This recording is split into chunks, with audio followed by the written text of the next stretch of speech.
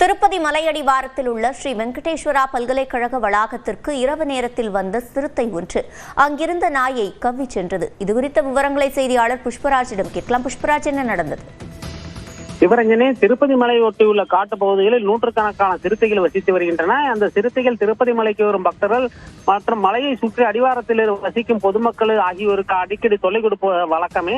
இந்த நிலையில் திருப்பதி மலையடிவாரத்தில் உள்ள வெங்கடேஸ்வரா பல்கலைக்கழக வளாகத்திற்குள் நேற்று இரவு வந்த சிறுத்தை ஒன்று அங்கு இருந்த நாய் ஒன்றை கவி தூக்கி சென்ற காட்சி அங்கு பொருத்தப்பட்டிருக்கும் சிசிடிவி கேமராவில் பதிவாகியுள்ளது. அந்த காட்சிகள் தற்போது வெளியாகி இருக்கும் நிலையில் பல்கலைக்கழக மாணவர்கள், விடுதியில் தங்கியிருக்கும் மாணவர்கள் இரவு நேரத்தில் தனியாக வெளியில் செல்லக்கூடாது என்று அறிவுறுத்தப்பட்டுள்ளனர். சிவரஞ்சனி, விவரங்களை வழங்கியமைக்கு நன்றி புஷ்பராஜ்.